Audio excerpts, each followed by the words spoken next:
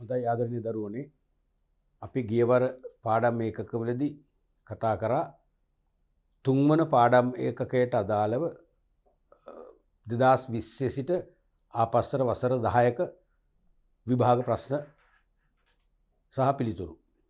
ඒ අපි කතා කරේ ව්‍යුහගත අභ්‍යාස ගැන. ඒ කියන්නේ දීර්ඝ පිළිතුරු විශ්ලේෂණාත්මක පිළිතුරු ලියන ගැටලු රාශියක් කතා කරා. සහ ඊට අනුරූප ප්‍රශ්න කීපයකුත් අපි කතා කරා. අද අපි කතා කරන්න බලාපොරොත්තු වෙන්නේ තුන්වන පාඩම් ඒකකය වන රජය සහ ව්‍යාපාර අතර අන්තර් සම්බන්ධතාවය කියන පාඩම් ඒකකට අදාළ වාස්තවික අභ්‍යාස proportional questions. ඒ කියන්නේ පළවෙනි ප්‍රශ්න පත්‍රයට අදාළ කෙටි ප්‍රශ්න. මතකනේ වර්ග තුනක් එනවනේ.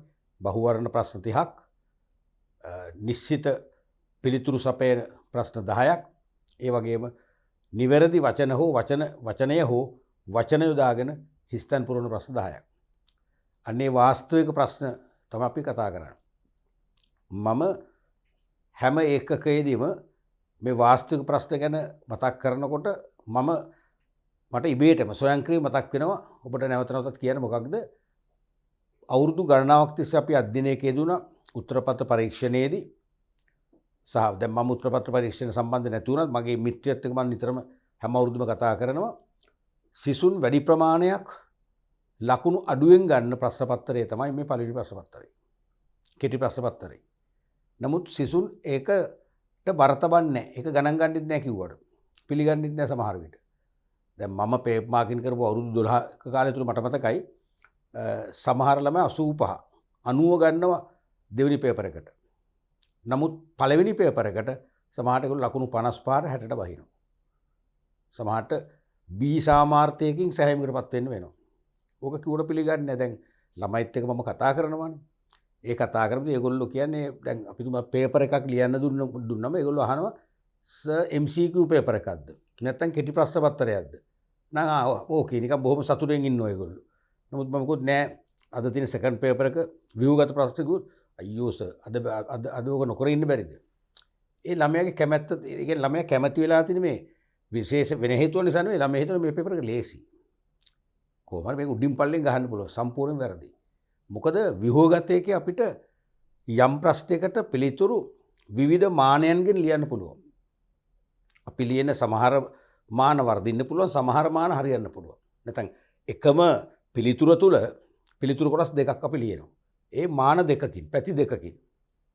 එතකොට අපි ලියන එක මානයකින් ලියු පිළිතුරු කොටස වැරදුනාට අනෙක් මානෙන් ලියු පිළිතුරු කොටස හරියන්න පුළුවන්. එතකොට සම්පූර්ණ ලකුණ හෝ ලකුණු භාගයක්වත් ගන්න පුළුවන්. නමුත් වාස්තවික පේපර් එකේ දරුවෝ එහෙම නෙවෙයිනේ. කෙලින්ම කෙටි නිශ්චිත පිළිතුරුම අවශ්‍යයි. ඒ කියන්නේ එක එක පැති වලින් එක එක මානයන්ගෙන් කෝණයන්ගෙන් ලියන්න බෑ. දැන් අර හිස්තැන් පුරවන ප්‍රශ්න කියන්නකෝ. ශ්‍රී ලංකාවේ පාරිභෝගිකයන් ආරක්ෂා කිරීමට ක්‍රියාත්මක වන ප්‍රධාන නැත්නම් ජාතික ආයතනයේ හිස්තැනක් ය. ඒකට ඉතින් කෙලින්ම පාරිභෝගික කටයුතු පිළිබඳ අධිකාරියම පමණයිනේ. වෙන විකල්ප නැහැනේ. වෙන මානයක් ගැන හිතන්න බෑනේ. තේරුණාද? ඉතින් ඕකට ඕගොල්ලෝ ලියුවොත් එහෙම වැරදිලාවත් පාරිභෝගික කටයුතු පිළිබඳ සභාව කියලා ලකුණු බිඳුව. ප්‍රමිති ආයතනයකුත් ඒත් ලකුණු බිඳුව. ඒ නිසා මේ පේපර් එකට මම කියන්නේ විශේෂ අවධානයක් යොමු කරන්න. අනිවාර්යයෙන් යොමු කරන්න. ළමයි ගණන් ගන්නේ නැහැ. ගණන් ගන්න නැති ළමයිගේ මනසේ තියෙනවා මේ පේපර් එක ලේසි, කෙටි ප්‍රශ්න, බහුවර්ණ ප්‍රශ්න, උත්තර තෝරන්න තියෙන්නේ. අර ටට්ටුක් ගාලා තේරෙනවද? නිකන් මනෝමයෙන් තෝරන්න පුළුවන්. ඒ මත සම්පූර්ණ වැරදි. එහෙම ලකුණු ගන්න බෑ. මේක තමයි අමාරු. මොකද හේතුව කෙලින්ම නිශ්චිතවම පිළිතුර ඔලුවට ගන්න බැරි නම් ලියවෙන්නේ වැරදි උත්තරයක්. සිලෙක්ට් කරන්නේ වැරදි උත්තරයක්. ඒ නිසා පැහැදිලිවම මේකට වැඩි වරක් තබන්න කියලා මගේ ඉල්ලීම. මොකද මම මේක ඇත්තටම මගේ අවුරුදු 12 පේපර් මාකින් අත්දැකීම පමණක් නොවේ. ඊට පස්සේ මම සෑම අවුරුද්දකම අපිට හිතවත් ටීචර්ස්ලා ඉන්නවා පේපර් මාකින් මම ඒගොල්ලොත් කතා කරලා ඒගොල්ලෝ කියන්නේ ඕකම තාමත් කියන්නේ ඕක තමයි. දිගින් දිගටම කියන්නේ දෙවෙනි ප්‍රශ්න පත්‍රයේ ළමයි ලකුණු ගන්නවා. ෆස්ට් එකට ලකුණු ගන්නවා අඩුයි කියලා. ඒ හේතුව එකයි ළමයි බර තබන්නේ නැහැ. ළමයා ඇඟට ගන්නෙ නැහැ. ළමයා හිතන්නේ මේක උඩින් කොහොම හරි ගහන්න පුළුවන් කියලා. එහෙම ගහන්න බෑ. මොකද නිශ්චිතවම ප්‍රශ්නෙට පිළිතුර උණුවට ගන්න බැරි නම් ලියවෙන්න වෙන යම. ඒ නිසා දැඩි අවධානයෙන් කියනවා මේකට වැඩි බර තැබීමක් කරන්න. විභාගෙට යනකම් අපි මේ කරන වැඩපිළිවෙල මගේ වැඩපිළිවෙල සාර්ථකයි. අනිවාර්යයෙන්ම 100%ක් නෙවෙයි 200%ක්ම සාර්ථකයි. මමත් එක්ක මේ ප්‍රශ්න පත්‍ර සාකච්ඡාව හරියටම ඔයගොල්ලෝ අලස වෙන්නේ නැතුව ඒ නියමිත කාලය පුරාම මගේ ඒ මම කරන පාඩම නැත්නම් පරිච්ඡේදයේ මුල සිට අගට හොඳට ෆලෝ කරන්න, කීප වරක් ෆලෝ කරන්න වරදින්නේ නැහැ. ඒක මම පුංචි ඉල්ලීමක් කරන ඕගොල්ලන්ගෙන් ඔබ ගෙදරදී මේව ප්‍රශ්න කටපාඩම් කරන්න බෑනේ දරුවනේ. ප්‍රශ්න උත්තර කටපාඩම් කරන්න බෑනේ. මම ප්‍රශ්නෝත්තර සංග්‍රහයන් තියෙන්නේ බුක් ෂොප් වල විකුණන්න, මාකට් එකේ විකුණන්න මම ඒකට විරුද්ධයි. ඒ ප්‍රශ්නෝත්තර සංග්‍රහය ළමයි කියවනවා කියන්නේ ප්‍රශ්නයකට උත්තර කටපාඩම් කරන්න උත්සාහ කරනවා. ඒක අනිසි ප්‍රතිඵල ගෙන දෙන දෙයක්. දැන් ඒ ප්‍රශ්නෝත්තර සංග්‍රහය අරගෙන ප්‍රශ්නේ හඳුනාගෙන, ඒ ප්‍රශ්නේ හැඩතල හඳුනාගෙන, ඒකට අවශ්‍ය උත්තර ගුණ කරන ධාරිතාවේ ගුණ කරන ප්‍රමාණය හඳුනාගෙන ඒකෙන් ඊළඟ ප්‍රශ්න ගැන හිතනවා නම් කමක් නැහැ. ඉතින් මම හිතනවා 20%ක්වත් එහෙම හිතන්නේ නැහැ. ප්‍රශ්නට උත්තරයකට පාඩම් කරන්න බෑනේ ඒක. ඒ නිසා ඔබ මේකෙදි වෙන්න ඕනේ මේ විශේෂයෙන් මම කියන්නේ මේ පළවෙනි ප්‍රශ්න පත්‍රයේ දැන් ලකුණු ලබා ගන්න අඩුයිනේ, පැහැදිලිවම අඩුයිනේ. ඒක දැන් මම කියන නිකන් සැකනම් ඔබට සමීප ගුරුවරු ඉන්නවනේ, ඔබේ ඉස්කෝලේ ගුරුවරයා හෝ ගුරුවරිය පේපමා හැබැයි පේපමාකින් යන අය වෙන්න ඕනේ. පේපමාකින් යන ඒගොල්ලන් අහලා බලන්න. ඒගොල්ලෝ 100%ක්ම කියන්නේ ඒගොල්ලෝ කියන්නේ ඒකම තමයි. ඇත්ත කතාව ඕකයි. ඒක මම මෙච්චර කියන්නේ දැන් මම දෙවෙනි ප්‍රශ්න පත්‍රයේ කරද්දි මම මෙහෙම කිව්වේ නෑනේ. කෙලින්ම මම වැඩිට බැස්සා. දැන් මේ ඊට පෙර කියන්නේ මොකද මේක ඕගොල්ලන්ගේ ඔළුවට දාන්නම ඕනේ. මම දන්නවා ඔළුවට ගන්නෙම නෑ. වැඩි ප්‍රමාණයක්. මම හිතනවා ලංකාවේ මගේ පාඩම් මාලාවට සම්බන්ධ වෙන හැමදෙනාම මාව විශ්වාස කරලා සහ ඔබ ගැන හිතලා අනිවාර්යයෙන් මම මේ කියන එක දැඩි අවධාරණයකින් තේරුම් ගනී කියලා. ඒ නිසා මම කියන්නේ පුළුවන් තරම් මේ පළවෙනි ප්‍රශ්න පත්‍රය නම් වාස්තවික පේපර් එකේ ප්‍රොපෝෂනල් ක්වෙස්චන් පේපර් එකේ ඔබ ව්‍යායාම කරන්න. ඒ ව්‍යායාම වලින් හොඳ ප්‍රතිඵලයක් ගන්න පුළුවන්. මොකද්ද ව්‍යායාමේ? දැන් මම බහුවර්ණ ප්‍රශ්නයක් කරයි කියලා හිතන්නකෝ. අපි හිතමු මෙහෙම ශ්‍රී ලංකාවේ නිෂ්පාදකයින්ගේ භාණ්ඩ සඳහා අනිවාර්ය ප්‍රමිති හඳුන්වා දෙනු ලබන නිවැරදි බලාධිකාරයක් වන්නේ. නිවැරදි බලාධිකාරයක් වන්නේ කියලා උත්තර පහක් දෙනවා. එක ශ්‍රී ලංකා ප්‍රමිති ආයතනය, දෙක පාරිභෝගික කටයුතු පිළිබඳ අධිකාරිය, තුන්වෙනි එක පාරිභෝගික කටයුතු සභාව, හතරවෙනි එක අන්තර්ජාතික ප්‍රමිති ආයතනයේ, පස්වෙනි එක මිනුම් ඒකක ප්‍රමිති හා සේවා දෙපාර්තමේන්තුව. අපි නිකන් හිතමු උත්තර පහක් මම කිව්වනේ. ওই උත්තර පහෙන් දැන් එක උත්තරයක් උතන තියෙනවනේ. උත්තරේ මොකද්ද? පළවෙනි මේක. ශ්‍රී ලංකා ප්‍රමිති ආයතනය තමයි උත්තරේ. දැන් මම ඇහුවේ ලංකාවේ නිෂ්පාදකයින්ගේ භාණ්ඩ සඳහා අනිවාර්ය ප්‍රමිති හඳුන්වා දෙන ආයතනය නැත්නම් බලාධිකාරිය කුමක්ද? හරිනේ. දැන් මේ ප්‍රශ්නේ ඔබ කටපාඩම් කරන එක පැත්තක දාන්න. කටපාඩම් වෙන්න ඕනේ නැහැ. අවබෝධය අවශ්‍ය වෙන්නේ. මේ ප්‍රශ්නේ ඔබ පුළුවන් අනිත් පැත්ත ගහන්න. තේරුණාද? ඒ කියන්නේ වෙනත් මානයකින් මේ ප්‍රශ්නේ නැවත ඔබ හදන්න. මම කියන්නේ කොළ කෑල්ලක් කරන් කටු වැඩ කරන්න ඕන තරම් කොළ තියෙනවනේ. ලියන්න. නැත්නම් ෆෝන් එකේ හැරි ඔබ ෆෝන් එකේ හැරි ටයිප් කරලා ප්‍රශ්නේ හදන්න. ප්‍රශ්නේ ප්‍රතිනිර්මාණය කරන්න. ප්‍රතිනිර්මාණය කරන්න වරදින්නේ නැහැ. එක උදාහරණයක් කියන්නම්කෝ. දැන් මම ඇහුවේ ලංකාවේ නිෂ්පාදකයින්ගේ භාණ්ඩ සඳහා අනිවාර්ය ප්‍රමිති හඳුන්වා දෙන ප්‍රධාන ආයතනය වන්නේ. ඕකම ඔබට කරන්න පුළුවන් ලංකාවේ නිෂ්පාදකයින්ගේ භාණ්ඩ සඳහා ප්‍රමිති ස්ථාපිත කිරීමට දායකත්වයක් ලබා නොදෙන ආයතනය වන්නේ. දායකත්වයක් ලබා නොදෙන කිව්වම අන්න ප්‍රශ්න වෙනස් වුණා. ප්‍රමිති ආයතනයේ හරි පාරිභෝගික කටයුතු පිළිබඳ අධිකාරී හරි. මොකද ඒගොල්ලෝ අනිවාර්ය ප්‍රමිති හඳුන්වලා දෙනවා. ඊට අමතරව කාර්මික තාක්ෂණික ආයතනය හරි. මොකද ඒගොල්ලොත් පෞද්ගලිකව ව්‍යාපාරිකයෙක් ප්‍රමිතියක් අනුව භාණ්ඩ හදලා ගෙනල්ලා ඒගොල්ලන්ගේ රසායනාගාරයේදී පරීක්ෂණයට භාජනය කරලා ප්‍රමිතිය හරි නම් ඒකට සහතිකයක් දෙනවා. ඒක ප්‍රමිති සහතිකයක් වශයෙන් පිළිගන්නේ නැහැ. ඒගොල්ලෝ ප්‍රමිතිය අනුමත කරනවා.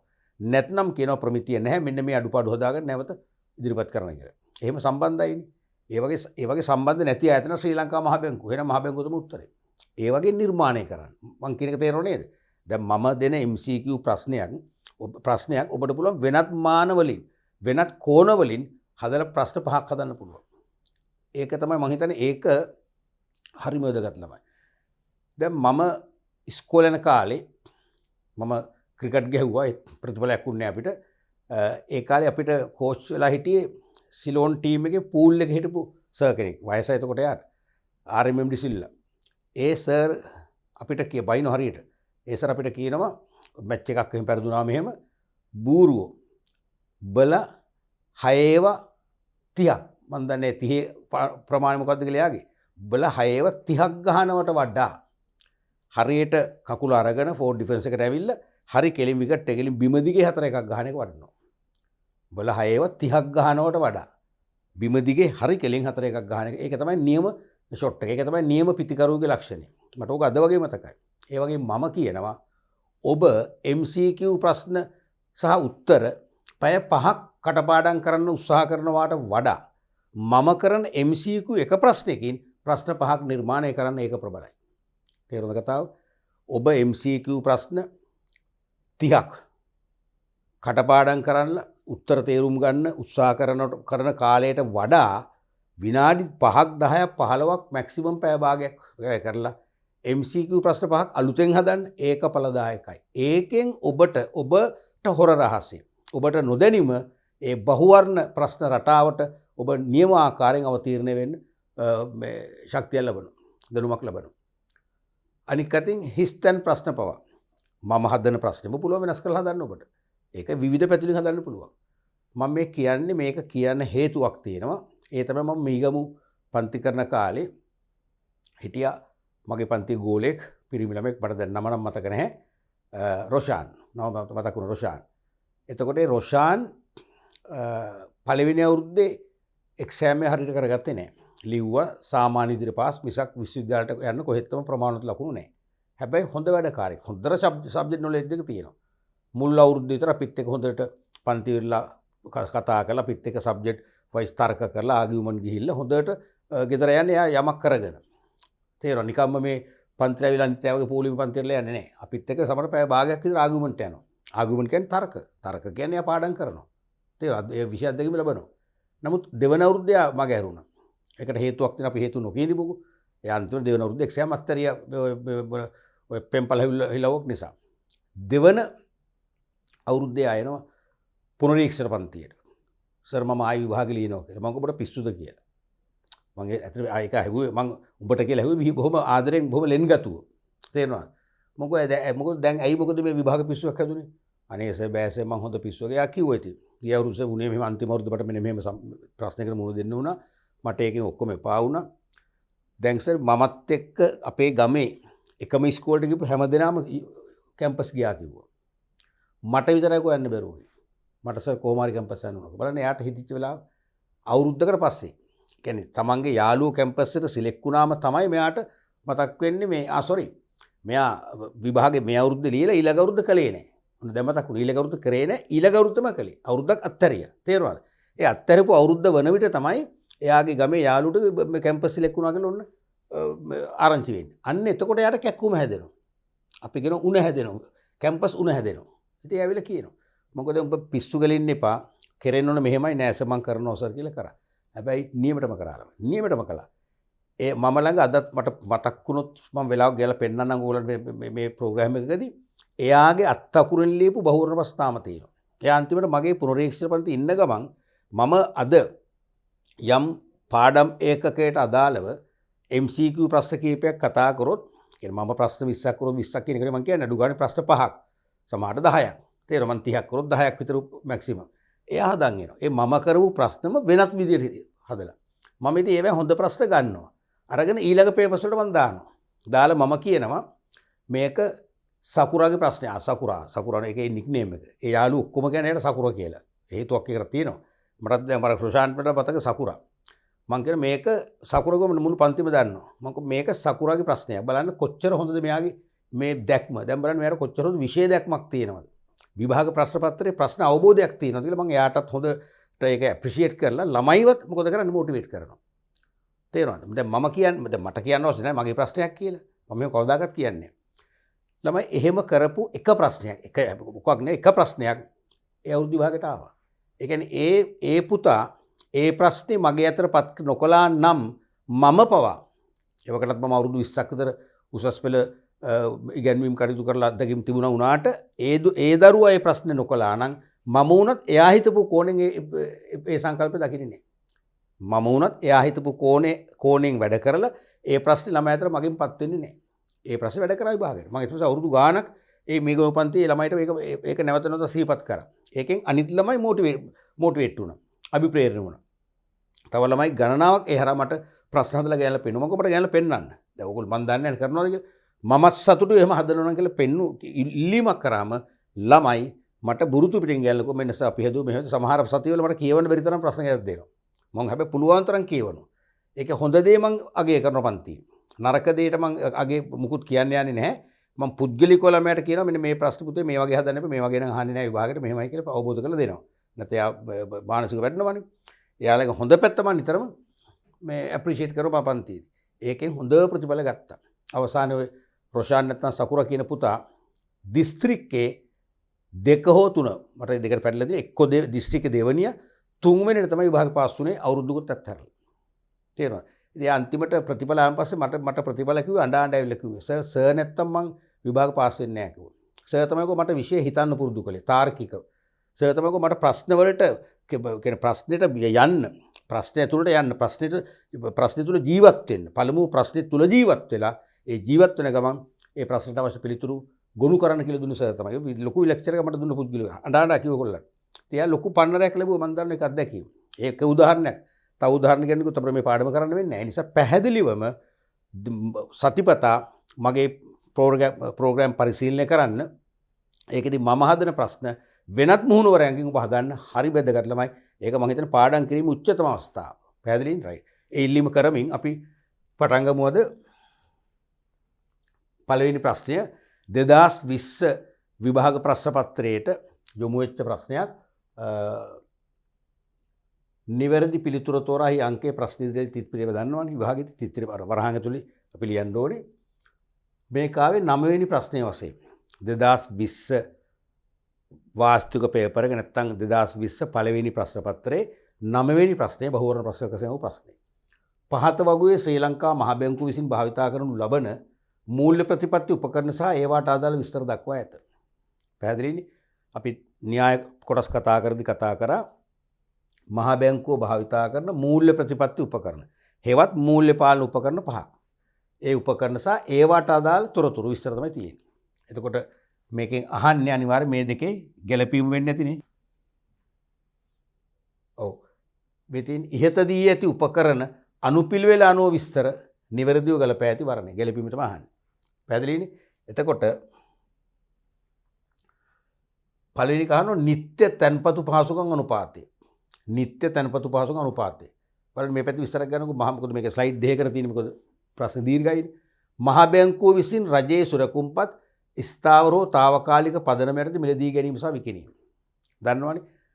රජයේ සුරකුම්පත් කියන්නේ භාණ්ඩාගාරයේ නිකුත් කරන සුරකුම්පත් භාණ්ඩාගාරයට අයිති සුරකුම්පත් විකිණීම කරන්න නිකුතව කරන්න අතර මහ බැංකුව. ඒ නිසා මහ බැංකුවේ සුරකුම්පත් ස්ථාවර එක්ක తాවකාලික පදනමක් යටතේ මිලදී ගැනීම විකිණීම කරනවා. ඒකට මොකද්ද කියන්නේ? විවට වෙළඳපොළ කටයුතු කියන්නේ ඒක තමයි. විවෘත වෙළඳපොළ කටයුතු ඕපන් මාකට් ට්‍රාන්සැක්ෂන්ස් කියන්නේ තේරෙනවද? ඊළඟට වාණිජ්‍ය බැංකුවල తాවකාලික ද්‍රව්‍යශීලතා අරමුණු ඉටු කර ගැනීමට මහ බැංකුව මගින් අත්තිකාරම් ප්‍රදානය කිරීමේදී ඒ සඳහා පැනවෙන පුළුල් අනුපාතය. වාණිජ්‍ය බැංකුවලට తాවකාලික ද්‍රව්‍යශීලතා ගැටලු ඇති වෙනවා. දින කිහිපයකට මාස කිහිපයකට. අන්නේ తాවකාලික ද්‍රව්‍යශීලතා නැත්නම් ඌනතා මුදල් ඌනතා විසඳන්න මහ බැංකුව අත්තිකාරම්. කියන්නේ මහ බැංකුව කෙටිකල් ණය සපයනවා. ඒ ණය සපයද්දී අය කරන පුළුල් අනුපාතය. ඒකට මොකක්ද කියන්නේ? බැංකු පුළුල් අනුපාතය. බැංකු පුළුල් අනුපාතය. ඊළඟට වාණිජ්‍ය බැංකු රජයේ සුරකුම්පත් ඇපයට තබා අරමුදල් ලබා ගැනීමේදී මහ බැංකුව මගින් ණය කරනු ලබන පුළුල් අනුපාතය. වාණිජ්‍ය බැංකු රජයේ සුරකුම්පත් කියන්නේ වාණිජ්‍ය බැංකු සුරකුම්පත් මිලදී ගන්නවනේ දරුවනේ. ඒතර වාණිජ්‍ය බැංකුවලට ලැබී යුතු ණයනේ වත්කමක්නේ. අන්නේ වාණිජ්‍ය බැංකුව සුදු වත්කම ලැබී යුතු ණය කියන වත්කම මහ බැංකුවට ඇපයට තියලා. තේරුණාද? ණය ලබා ගන්න. ඒ ණය ලබා ගන්නදී අය කරන පුළුල් අනුපාතය. මොකද ඒකට කියන්නේ? නිත්‍ය ණය පහසුකම් අනුපාතය. නිත්‍ය ණය පහසුකම් අනුපාතය කියන්නේ ඒක තමයි. නිත්‍ය ණය පහසුකම් අනුපාතය.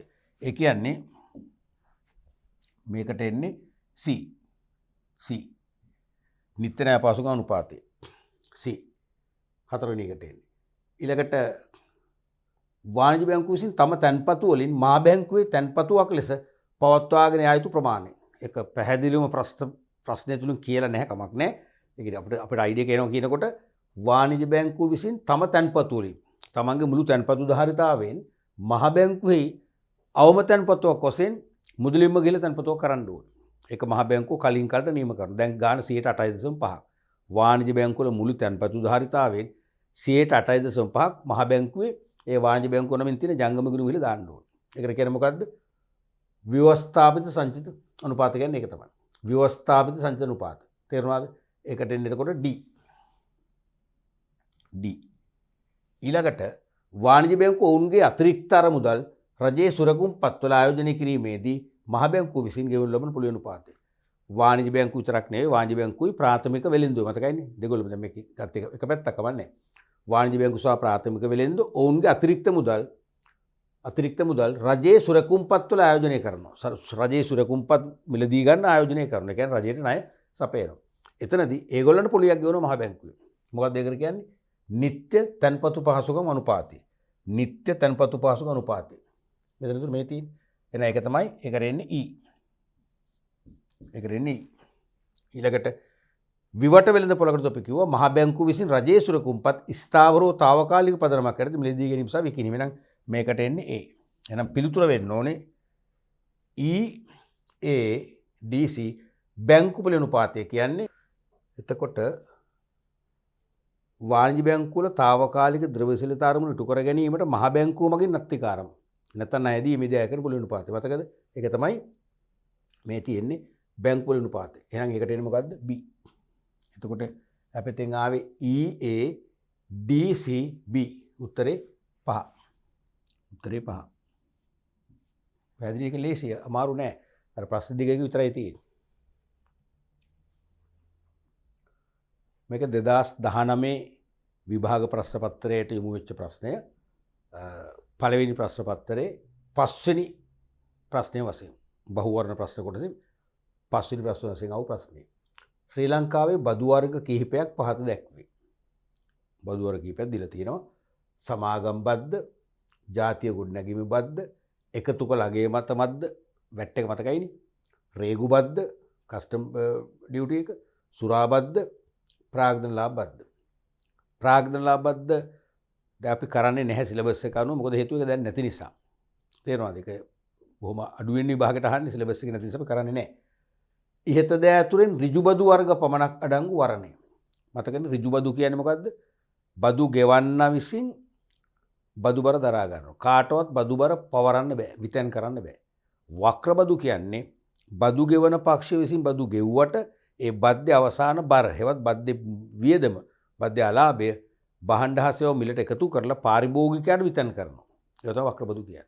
මේක අහන්නේ ඍජු බදු වර්ග පමණක් අඩංගු වරණය. සමාගම් බද්ද මොකද්ද? සමාගම් බද්ද පැහැදිලිවම මොකද්ද? ඍජු බද්දක්. ඒ කියන්නේ සමාගම් වල ආදායම් මත ගෙවන්න ඕනේ. ඒක භාණ්ඩ හා සේවා මත පටවන්න බෑ. ඒක ඍජු බද්දක්. ඊට පස්සේ ජාතිය ගොඩනැගීම බද්ද මොකද්ද? ඒකත් එහෙමනේ. ඒක අපෙන් නෑ කරන්නේ, පුද්ගලයන් ගෙන්නේ. ඒකත් අපිට කාටවත් පවරන්න බෑ. අපි භාණ්ඩ හා සේවා වලවි කරන මිලට එකතු කරන්න බෑ. ඒකත් ඍජු බද්දක්. එකතු කළාගේ මත බද්ද අනිවාර්යයෙන්ම වක්‍රනේ. ඒක භාණ්ඩේ මිලට එකතු කරලා පාරිභෝගිකයන් අය කරනවානේ. ආවරණය වෙනවනේ. එහෙනම් ඒක ගන්න බෑ. ඒතර මේකේ A හරි B හරි. D රේගු බද්ද. ආනයන අපනයන මත අය කරන තීරු බදු. ඒකත් භාණ්ඩ මිලට එකතු කරනවානේ. විතන් කරන්න පුළුවන්. ඒකත් වක්‍ර. ඍජු නෙවෙයි. අපි ඒ නිසා ඒකත් අයින් කරනවා. එකින් එකම යන්න ඕනේ. තේරෙනවද? සුරා බද්ද. සුරා බද්දත් එහෙමනේ. සුරා බද්දදී එක්සයිස් ඩියුටි එක ඒක භාණ්ඩ එකෙන් දුම් කොළ නිෂ්පාදන, මත්පැන්, ඒ වගේ භාණ්ඩ වල මිලට එකතු කරාම පාරිභෝගිකයා තමයි ඒක අවසාන වශයෙන් දරන්නේ. එහෙනම් ඒකත් මාරු වෙනවා, විතන් වෙනවා. ඒකත් වක්‍ර.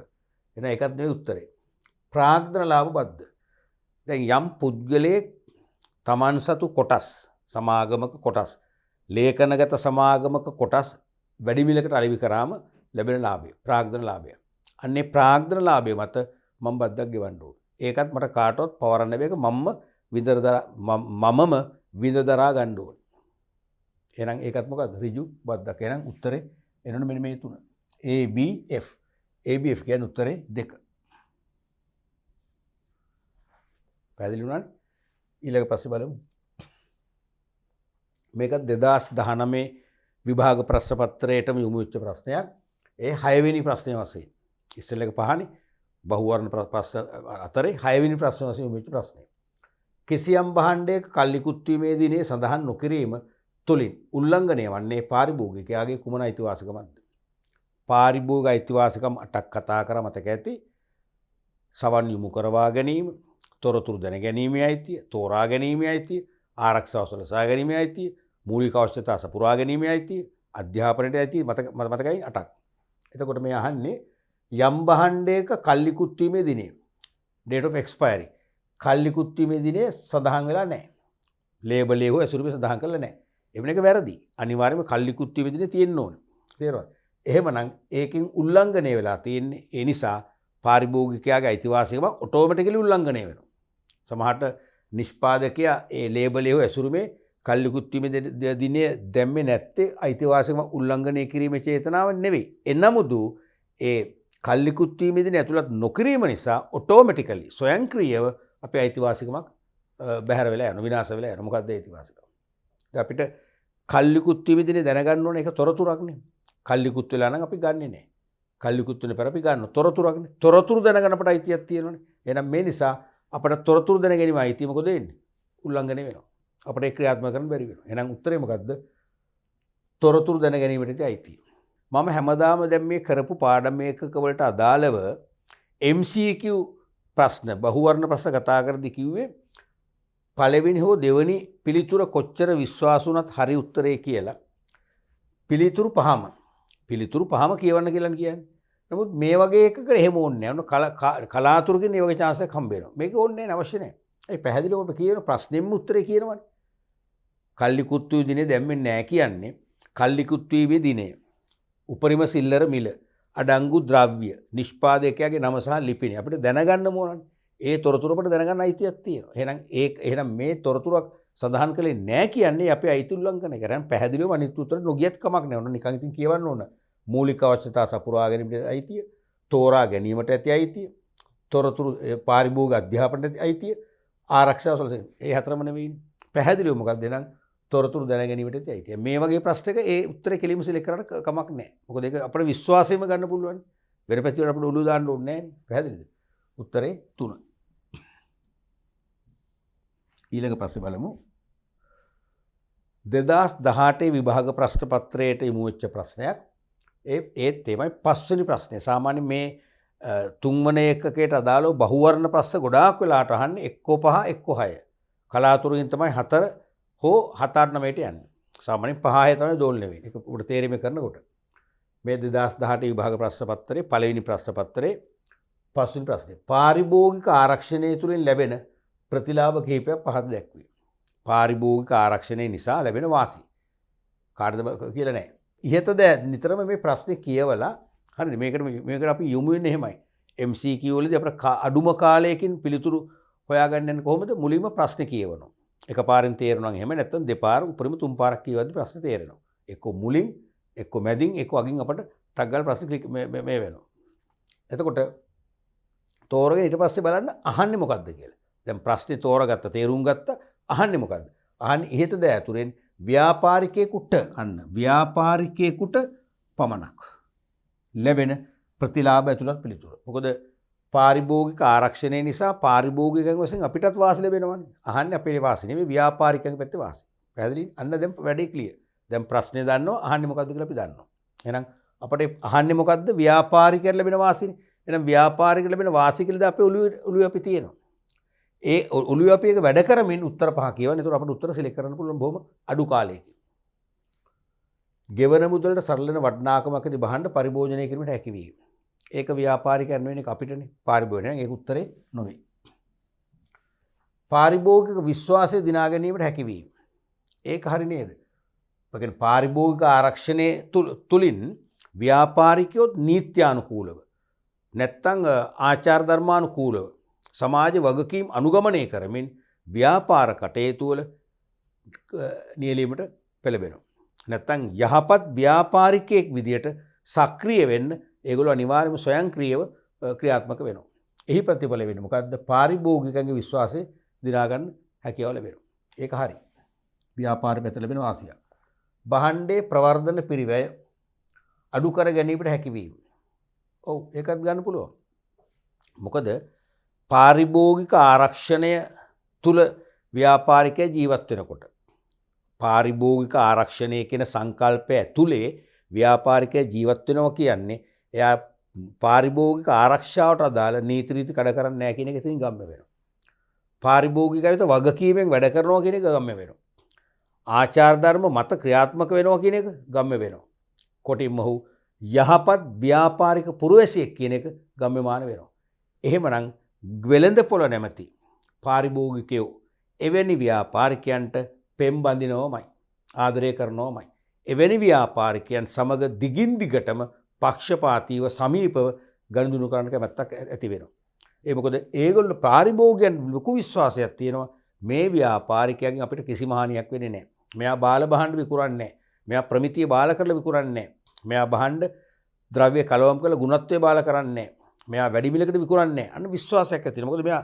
මොකද පාරිභෝගිකයා දන්නවා පාරිභෝගික ආරක්ෂණ ක්‍රියාවලිය තුල ජීවත් වෙන ව්‍යාපාරිකයෙක්. තේරෙනවද? ඒ නිසා හරි වැදගත් ඒ විශ්වාසය දිනා ගන්නවා කියන්නේ අනිවාර්යයෙන්ම ප්‍රවර්ධන පිළිවෙල ඕනේ. ප්‍රචාරණය කරන්න ඕනේ නැහැ. ඇයි? ඒක ප්‍රබලයිනේ. දැන් වෙළඳ පොලේ විශාල පිරිසක් ව්‍යාපාරිකයා කෙරෙහි විශ්වාසය තබලා ඉවරයි. එහෙනම් විශ්වාසය තිබුණා නම් ඒගොල්ලෝ අනිවාර්යයෙන්ම දැනටමත් අපි ව්‍යාපාරිකයත් එක්ක ගනුදෙනු කරනවා. සත්‍ය ගනුදෙනු කරුවෝ. තව පිරිසක් ඉන්නවා ඒගොල්ලෝ හෙට දවසේදී නුදුරු අනාගතයේදී ගනුදෙනු කරන්න කැමැත්තෙන් පසු වෙනවා. අවස්ථාවල් ලදවහම ඒගොල්ලොත් එනවා. එහෙනම් ප්‍රචාරණය කරා කියලා වැඩක් නැහැ. අපට දැන් මාකට් එක හැදිලා තියෙනවා. ඒකත් වාසියක් ව්‍යාපාරිකට BC. භාණ්ඩේ ප්‍රමිතිය තහවුරු කර ගැනීමට හැකියවීම. භාණ්ඩේ ප්‍රමිතිය ඒක හරියයිද? නෑ නේද? දැන් පාරිභෝගික ආරක්ෂණ වැඩපිළිවෙලක් තියෙනකොට තමයි ප්‍රමිති අනුගමනය කරන ව්‍යාපාරිකෝ. ප්‍රමිති අනුගමනය කරලා ව්‍යාපාරිකයෝ පාරිභෝගිකයට උපරිම සාධාරණයක් ඉෂ්ට කරන්න උත්සාහ කරන්නේ. එහෙමනම් ප්‍රමිති සහිත භාණ්ඩ වෙළඳ පොළට එන්නේ පාරිභෝගික ආරක්ෂණය හරහා තමයි. එහෙනම් භාණ්ඩේ ප්‍රමිතිය තියනවද නැද්ද කියලා අපිට දැනගන්න පුළුවන්කම ලැබෙනවා පාරිභෝගික ආරක්ෂණය තුලින්. SLS ලාංඡනේ පාවිච්චි කරන කියලා තියෙනවා. ISO ලාංඡනේ පාවිච්චි කරන කියලා තියෙනවා. විධාතා ලාංඡනේ පාවිච්චි කරන කියලා තියෙනවා. තේරෙනවද? ඒක නම් අපිට ලැබෙන්නේ. ව්‍යාපාරවලට නෙවෙයි. ඒ නිසා අපිට ඒක ගන්න බෑ. විකුණුම් පිරිවැටුම වැඩි කර ගැනීමට හැකියවීම. මේ කියන්නේ මොකද කියන්නේ? විකුණුම් පිරිවැටුම වැඩි කර ගැනීමට හැකියවීම. හරි නේද? පාරිභෝගික ආරක්ෂණයේ නියැලෙන ව්‍යාපාරිකයෙක් කියලා පාරිභෝගිකව හඳුනාගත්තම පාරිභෝගිකෝගේ විශ්වාස ලැබෙනවා කියලා කිව්වනේ. පක්ෂපාතීත්වය ලැබෙනවා කියලා කිව්වනේ. තේරෙනවද? එහෙමනම් ඒ කියන්නේ පාරිභෝගිකව වැඩි පිරිසක් ඒ ව්‍යාපාරයත් එක්ක ගනුදෙනු කරනවා. තරංකරුවන් අමතක කරලා. ඒ කියන්නේ ඒ විකුණුම් ආදාය කියන්නේ විකුණුම් වාර ගණන සහ විකුණුම් ආදායම අනිවාර්යෙන් වර්ධනය වෙනවා. අන්න ඒක වාසියක්. ඒක වාසියක්. දැන් උත්තර 3යි අහන්නේ. උත්තර 3 ආවා. ආවත් අපි නොසලකා අන්තිම උත්තරෙත් කියමු. මොකද සමහර මේ තුනට වඩා හොඳ උත්තර මෙතන තියෙන්න පුළුවන්. අපි මේව මාක් කරගෙන ආවට මට පවා මේක වෙනස් කරන්න වෙන්න පුළුවන්. ඒ පස්වෙනි උත්තරේ දක්වාම යන්න ඕනේ. වෙළඳ විසමාචාර වලට එරෙහි වීමට හැකියවීම. ඒක හරියද? වෙළඳ විසමාචාර කරන්න කවුද දරුවනේ? වෙළෙන්දෝනේ ව්‍යාපාරිකයෝ අපි නෙවෙයි. එහෙනම් ඒ ව්‍යාපාරිකෝ වෙළඳ විසමාචාර කරාම ඒකට එරෙහි වෙන්න අපිට හැකියාව ලැබෙන්නේ. පාරිභෝගික ආරක්ෂණය තුලින් අපට පාරිභෝගික අධ්‍යාපනයක් දෙනවනේ. පාරිභෝගික අධ්‍යාපනයට ඇති අයිතිවාසිකම ආරක්ෂා කරන අරගොල්ලෝ අපට වැඩමුළු පවත්වනවා, සම්මන්ත්‍රණ පවත්වනවා, සත්‍යතොරතුරු sannivedanaya කරනවා, ප්‍රචාරණය අවංකෝදියත් කරනවා. තේරෙනවද? ඒ නිසා වෙළඳ විසමාචාර බිහි වුණොත් නැත්නම් ඇති වුණොත් ඉස්මතු වුණොත් ඒවට එරෙහිව අපි ක්‍රියාත්මක වෙනවා. අපි පාරිභෝගික කටයුතු පිළිබඳ අධිකාරියට පැමිණිලි කරලා පාරිභෝගික කටයුතු පිළිබඳ සභාවල අවුව විමර්ශනයක් කරලා අපි සුදුසු පනිෂ්මන්ට් එකක් නැත්නම් දඬුවමක් ලබා දෙන්න ක්‍රියාත්මක වෙනවා. එහෙනම් ඒක අපට ලැබෙන වාසිය. එහෙනම් උත්තරේ මෙච්චරයි. BC කියන්නේ උත්තරේ තුන්වෙනි එක. ඊළඟ ප්‍රශ්නේ බලමු. 2017 විභාග ප්‍රශ්නයක්. 2017 අවුරුද්දේ පළවෙනි ප්‍රශ්න පත්‍රය නම් වාස්තවික පේපර් එකේ පස්වෙනි ප්‍රශ්නේ. මම කිව්වේ 5 6 තමයි මේ දෝලණය වෙන්නේ මේ ප්‍රශ්න. පළවෙනි ප්‍රශ්න පත්‍රයේ පස්වෙනි ප්‍රශ්නේ වශයෙන් අහපු බහුවර්ණ ප්‍රශ්නය. ගනුදෙනුකරුවෙකු නිශ්චිත සන්නම් නාමයකින් ටින් කළ ආහාර වර්ගයක් ව්‍යාපාරිකයෙකුගෙන් ඉල්ලූ විට. තේරුණ කතාව? ගනුදෙනුකරුවෙක් කිසියම් ව්‍යාපාරයකින් නැත්නම් වෙළෙන්සලකින් නිශ්චිත සන්නම් නාමයකින් ටින් කළ ටින් මාළු ඉල්ලුවා. අපි හිතමු ෆැන්ඩා, ෆැන්ටා, බොන්ටා නම් තියනවා කියලා. අපි හිතමු ෆැන්ටා කියන ටින් මාළු වර්ගයක් තියෙනවා නම් මම උදාහරණයක් ගත්තේ ඉල්ලුම් කළා. නමුත් දෙන්නේ ඒක නෙවෙයි. දෙන්නේ ෆොන්ට කියලා එකක්. එහෙම හිතන්නකෝ. ඉල්ලුම් කළ ඉල්ලු විට ඔහු විසින් ඒ වෙනුවට වෙනස් සන්නම් නාමයක ටින් කළ ආහාර වර්ගයක් ලබා දුන්නා. පැහැදිලිනේ? ඉල්ලුව ටින් මාළු වර්ගේ නෙවෙයි වෙන බ්‍රෑන්ඩ් එකක් දුන්නා. එම භාණ්ඩයේ අන්තර්ගතය පිළිබඳව ලේබලේ සඳහන් නොවීම නිසා. ඒ ටින් මාළුවේ අන්තර්ගත ද්‍රව්‍ය මොන මාළුද එක එක කෙමිකල් වර්ග මුකුත් සඳහන් වෙලා නැහැ. ඒ නිසා නොවීම නිසා ගනුදෙනුකරු ඒ පිළිබඳව ව්‍යාපාරිකයන්ගෙන් විමසූ විට ඔහු එය නොසලකා කටයුතු කළා. එතකොට මෙයා ඇහුවා "ඇයි මේ අන්තර්ගතේ නැති තියෙන්න එපේ. ටින් මාළුකම හොඳ කම්පැනියක් නම් අනිවාර්ය ලේබල් එකේ තියෙන්න ඕනේ. ඇසුරු මේ තියෙනවා. ඇයි මේක නැත්තේ?" කිව්වම ව්‍යාපාරිකයෙක් ඒකට හුම්කන් දුන්නේ නැහැ, ගණන් ගත්තේ නැහැ. එහෙමනම් මෙම සිද්ධියට අනුව කඩවී ඇති පාරිභෝගික අයිතීන් ගන්නවා. මේ ප්‍රශ්නේ ටිකක් නෙවෙයි ගොඩක් අමාරු මන් දකින්නේ. දැන් මේක නම් ලේසි. සමහරට මේ වගේ ආපු ප්‍රශ්න තියෙනවා. සමහරට අපිටත් එකවර හිතා ගන්න බෑ උත්තරේ මොකක්ද කියලා. ඒ කියන්නේ එක එක කෝණ වලින් බලලා තමයි කරන්න වෙන්නේ. ඒ නිසාම මෙන්න මේ ප්‍රශ්න රටාව මම කියන්නේ දැන් BS පේපර් එකේ දරුවනේ මම කීයකද ප්‍රශ්න අහන ක්‍රම 28ක් මතකනේ. ඒ 28න් එක ක්‍රමයක් මේක. සිද්ධියක් දීලා ඒ සිද්ධිය තුලින් අහනවා සංඛ්‍යාත්මක උත්තරයක්. ප්‍රමාණාත්මක උත්තරයක්. මේකෙදි සම්බන්ධ වෙච්ච පුද්ගලයන් සංඛ්‍යාව කීයද? මේකට සම්බන්ධ ඇල්මැති පාර්ශ්ව සංඛ්‍යාව කීයද? ඒ වගේ ප්‍රමාණාත්මක සංඛ්‍යාත්මක උත්තර අහනවා. මොකද මේකෙදි කවුරු කොහොම තර්ක කළාද? මේ ඕනම ප්‍රශ්නයකදී අපිට පුළුවන් පැති කීපකින් බලන්න. සමහර උත්තරේ 3 වෙනි 4 වෙනි උත්තරේ කියලා තීරණය කළ තියේවි ප්‍රධාන පාලන පරීක්ෂකතුමා. Controlling chief. එනමුදු අපේ දැක්ම අනුව අපි දකින විදියට 4 නෙමෙයි උත්තරේ සමහර 5 වෙනි උත්තරේ වෙන්න පුළුවන්. ඒ නිසාම මේක සාපේක්ෂයි. ඒ කියන්නේ මේකට පිළිතුරු තේරීම එකිනෙකාට සාපේක්ෂයි. නිශ්චිතව හරියටම නිශ්චිතව කරන්න බෑ. ඒ නිසා පහුගිය අවුරුද්දවල මේක ලොකු විවේචනයකට ලක් වුණා. ඒ නිසා කන්ට්‍රෝලින් චීෆ් ඊට පස්සේ වැඩමුළු කීපයකදී කිව්වා අපි පුළුවන් තරම් මේ වගේ ප්‍රශ්න අඩු කරන්න බලනොත් අපි පුළුවන් තරම් අඩු කරලා කීපයක් හරි දානවා කියන මතය නොකිය කිව්වා. අපි ඒ නිසා නැවත ඉස්සරහටත් මේක බලාපොරොත්තු වෙන්නට ඕනේ. තේරෙනවද? ඒතර මොකද්ද කියන්නේ මේ සිද්ධියට අනුව කඩවි ඇති පාරිභෝගික අයිතීන් ගන්නවා. කීයද? මොනවද කියන්නේ? ගනුදෙනුකරුවෙකු නිශ්චිත සන්නම් නාමයකින් ටින් කළ ආහාර වර්ගයක් ව්‍යාපාරී ඉල්ලූ විට ඔහු විසින් ඒ වෙනුවට වෙනත් සන්නම් නාමයක ටින් කළ ආහාර වර්ගයක් දුන්නා. වෙනත් සන්නම් නාමයක. ඔන්න පළවෙනි පොයින්ට් එක අහුවෙනවා. ආහාර වර්ගයක් දුන්නා. ඒකේ මොකද්ද කඩ උනේ? ආරක්ෂාව සලසා ගැනීමයි අයිතියද? එහෙම හිතන්න පුළුවන්. ඇයි? අපිට හුරු පුරුදු බ්‍රෑන්ඩ් එකක් සහිත ටින් මාළු අපි ගන්නෙ ඒක හොඳයි. අපිට හානියක් නැහැ. බඩේ දැවිල්ල එන්නේ නැහැ. සෞඛ්‍ය ආරක්ෂිතයි කියන හැඟීම එන්නේ. එහෙනම් අපිට මේ භාණ්ඩය අරගෙන පරිභෝජනය කරම හානියක් නැහැ කියන එහෙනම් අපේ සෞඛ්‍යයට හා ජීවිතයට හානි කර නොවන භාණ්ඩ අපි අරගෙන පාවිච්චි කරා කියන කතන්දරය එනවා. ඒ මොකද්ද? ආරක්ෂාව සලසාගෙන. එහෙම හිතන්න පුළුවන් මේක කෙනෙකුට. තේරෙනවද? නමුත් මේක අපි කියන්න වෙන්නේ අපි ඉල්ලපු බ්‍රෑන්ඩ් එක නැතුව වෙන බ්‍රෑන්ඩ් එකක් දුන්නා කියන්නේ මොකද්ද? අපේ තෝරා ගැනීම ඇති බින්දුර බැස්සිකෝ. තෝරා ගැනීම ඇති. දැන් තෝරා ගැනීම ඇති නිසානේ අපි මේ කියන්නේ. මට දෙන්න අසවල් බ්‍රෑන්ඩ් එකේ. මට දෙන්න අපි හිතමු ෆැන්ටා කියලා බ්‍රෑන්ඩ් එකක් තියෙනවා නම් ෆැන්ටා බ්‍රෑන්ඩ් එකේ ටින් මාළු එකක් දෙන්න. කියලා ඉල්ලුවම එයා දෙනවා ෆැන්ටා නෙවෙයි කොන්ටා. කොන්ටා කියලා ටින් මාළු එකක් දෙනවා. මොකද්ද ඒ කරේ? අපිට අවශ්‍ය බ්‍රෑන්ඩ් එක සන්නම් නාමයේ සහිත ටින් මාළු අපිට තෝරාගන්න බැරි වුණා. එහෙනම් තෝරා ගැනීම අයිති උල්ලංඝනය කරා කියලා ගන්න පුළුවන්. දෙකම ගන්න බෑ. හරි මේකේ ගන්නේ එකයි. මම හිතන්නේ වඩා හරි මොකද්ද? තෝරා ගැනීම අයිතිවාසිකම උල්ලංඝනය වුණා. එම භාණ්ඩයේ අන්තර්ගතය පිළිබඳව ලේබලේ සඳහන් නොවීම නිසා. මොකක්ද ඒ කියන්නේ? අන්තර්ගතය පිළිබඳව ලේබලේ සඳහන් වෙලා නැහැ. අන්තර්ගත කියන්නේ ඉන්ග්‍රීඩියන්ට්ස් සඳහන් නොවීම. මෙන්න මේක තමයි දෙවෙනි කතන්දරේ. අරක පළවෙනි දෙවෙනි. එම භාණ්ඩයේ ලේබලේ තුල අන්තර්ගත ඉන්ග්‍රීඩියන්ට් සඳහන් වෙලා නැහැ. මොන මාළුද මොන කෙමිකල්ද නිෂ්පාදනය කරන්න පාවිච්චි කරන්නේ පැහැදිලි තොරතුරු නැහැ. අපිට ඒක දැනගන්න ඕනේ. අපිට ඒ තොරතුරු අවශ්‍යයි. එහෙනම් අපට අවශ්‍ය තොරතුරක් දැනගන්න තිබෙන අයිතිය උල්ලංඝනය කරේ නැද්ද? කරලා තියෙනවා. මොකද්ද? තොරතුරු දැනගැනීමේ අයිතිය උල්ලංඝනය කරා. දෙකයි. ගනුදෙනුකරු ඒ පිළිබඳව ව්‍යාපාරිකයාගෙන් විමසුවා. ඇයි මේක නැත්තේ? මේක මේ කොහේ ගහන එකක්ද? මේක මේ හොරටින් මාළුද? ලංකාවේද? ඉන්දියාවේද? අහනවනේ ඉතින්. ඇහුවම එයා එක ගණන් ගත්තේ නැහැ. සමහරට රුගානේ වියංගෙන් අංගචල් ලින්ක් ඕනෝ ගණන් ගන්නතු ගණන් ගන්න නැත්නම් නිකන් ඉන්න. ගන්නව නම් ගන්න නැත්තම් නිකන් ඉන්නවා වගේ අංග චලනෙන් දුන්න වෙනකොට උත්තරයක්. එහෙම නැත්තම් මෙයා සමහර කියන්නේ ඉතින් අපි දන්නේ නැහැ ඔය අපිට ගෙනත් දෙනවා තොග වෙලඳු අපි විකුණන එක තමයි කරන්නේ. අපි එහා දන්නේ නැහැ. ඒ වගේ ගණන් ගත්තේ නැහැ. ඒ කියන්නේ මොකද්ද? සවන් යොමු කරවා ගැනීම අයිතිය උල්ලංඝනය කරා.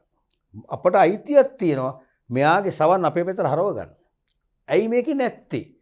මේක වැරදි ටින්මාළු එකක්ද? මේක ලංකාවේ එකක් නෙවෙයිද?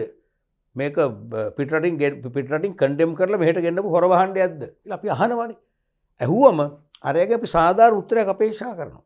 එයා අපේ හඬට ඇහුම්කන් දීලා අපිට සාධාරණ උත්තරයක් දෙයි කියලා. එහෙනම් සවන් යොමු කරවා ගැනීම අයිතිය ඉෂ්ට වුණේ නැහැ. එහෙනම් අයිතිවාසිකම් තුනක් වුණා. ඒ කියන්නේ නොසලකා කටයුතු කිරීම කියන එක තමයි තුන්වෙනි එක. තේරුණාද? එතකොට අයිතිවාසිකම් තුනක් උල්ලංඝනය වුණා. එහෙමනම් උත්තරේ මොකද්ද? 2. උත්තරේ 2. උත්තරේ 2. ඒ වගේ දැන් මේ වගේ අභ්‍යාසයක් කරනකොට ඔබට මේ දැන් මම කියනවා ලියා ගන්න පුළුවන් දරුවනේ තේරුණාද?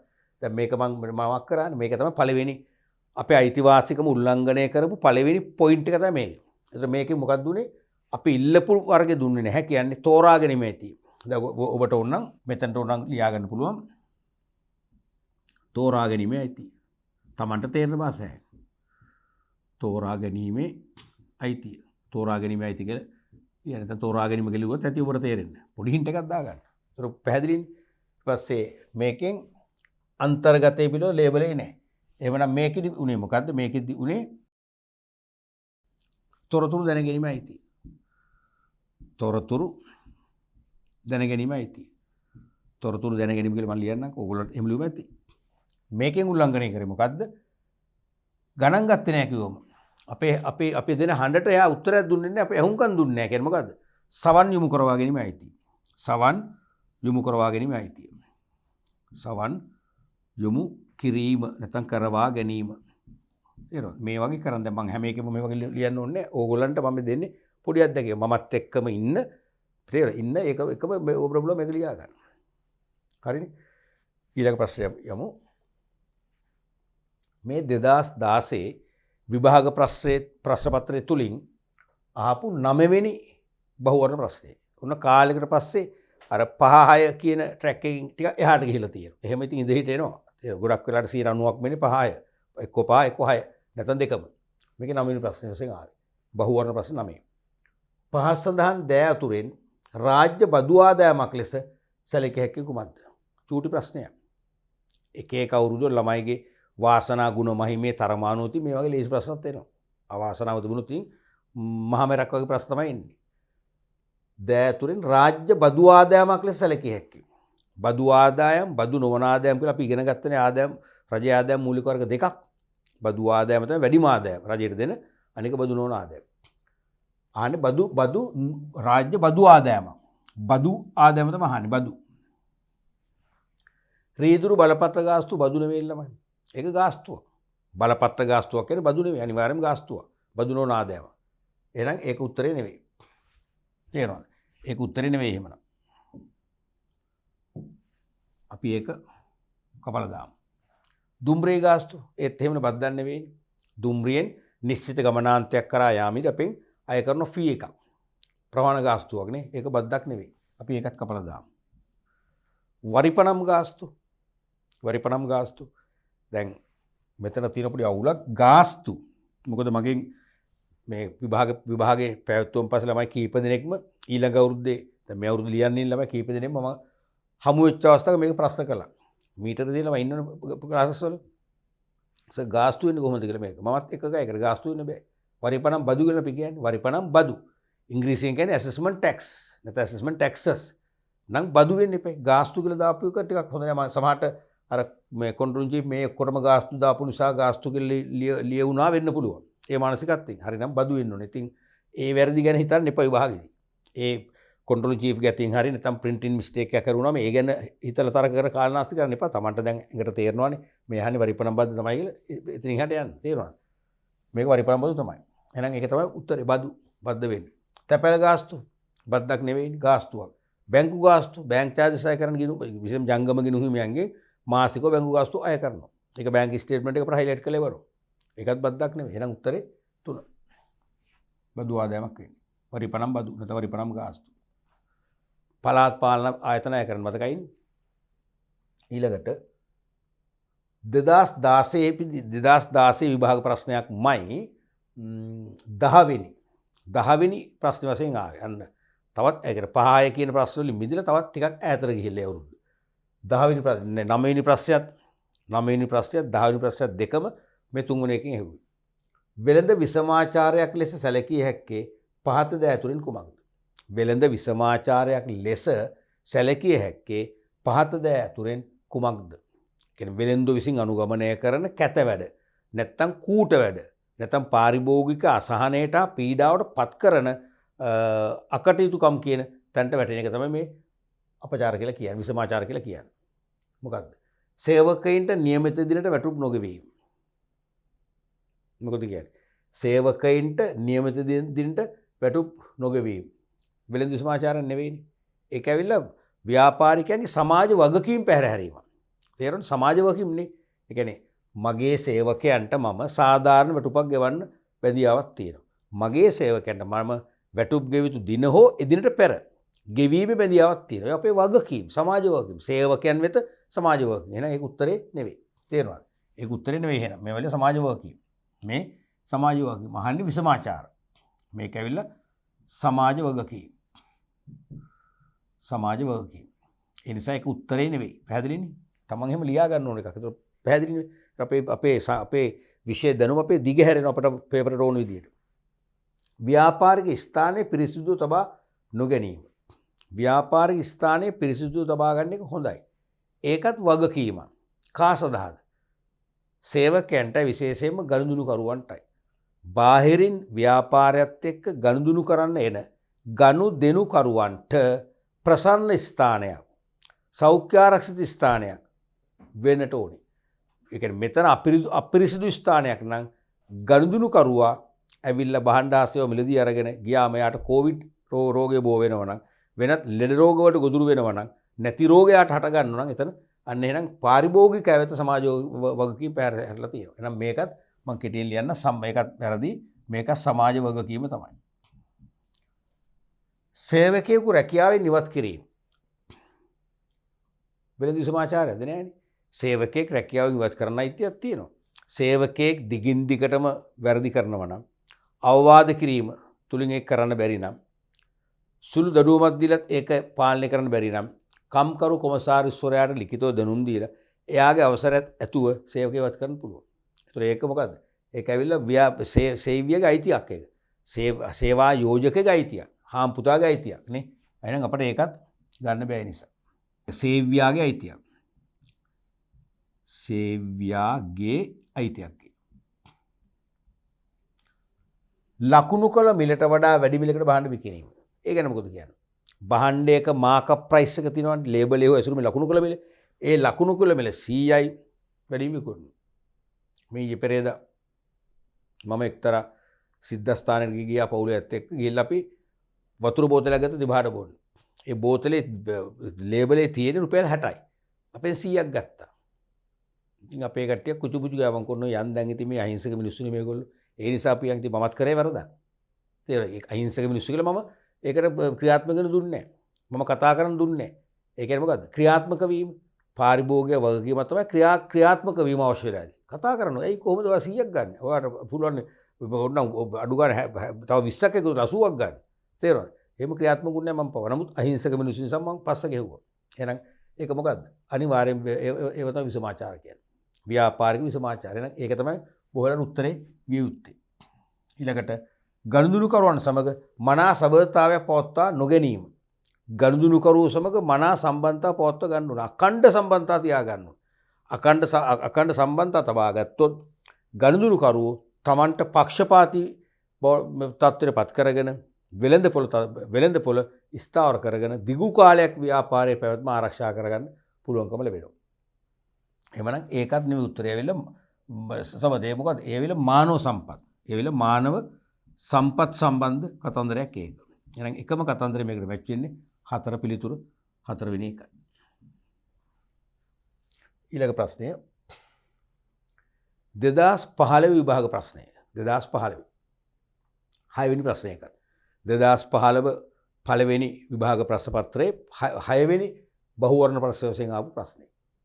පහත දැක්වෙන්නේ පාරිභෝගික ආරක්ෂණයේ වැදගත්කම් කිහිපයක්. ප්‍රයෝජන කිහිපයක් කියන එකනේ. පහත දැක්වෙන්නේ පාරිභෝගික ආරක්ෂණයේ වැදගත්කම් කිහිපයක්. දැන් මොකද කරන්නේ ඊළඟට? අපි ඊළඟට ටක් ගාලා එනවා මෙතනට. ප්‍රශ්නේ මොකක්ද අහන්නේ කියලා බලන්න. අරක අපිට දෙන්නේ තොරතුරක්නේ. අපිට තොරතුරක් දෙන්නේ. අපි ඊට පස්සේ වහාම එන්න ඕනේ ඉතුරු ටික කියවන්න පෙර මොකද්ද ප්‍රශ්නෙන් අහන්නේ. ඊට පස්සේ අපි අපේ අන්තර්ගතයට යන්නේ. තේරෙනවද? දැන් මේක විතරක් කියලා අන්තර්ගතයට ඒක අපිට පෙරහැර ගිහිල්ලා ඉවරයි. දැන් අපි මේකේ මේ මූලික සීරීස් ප්‍රශ්නේ මූලික ශීර්ෂය කියවලා අහන්නේ මොකද්ද කියලා අපි හඳුනගත්තම ඊට පස්සේ අපි අන්තර්ගතයට යනකොට මොකද අපේ උත්තර ඔටෝමැටිකලි සිලෙක්ට් වෙනවා. අඩු කාලෙකින් සිලෙක්ට් වෙනවා. මම කියන එක තේරෙනව නේද? මේවා හරිය වැදගත්.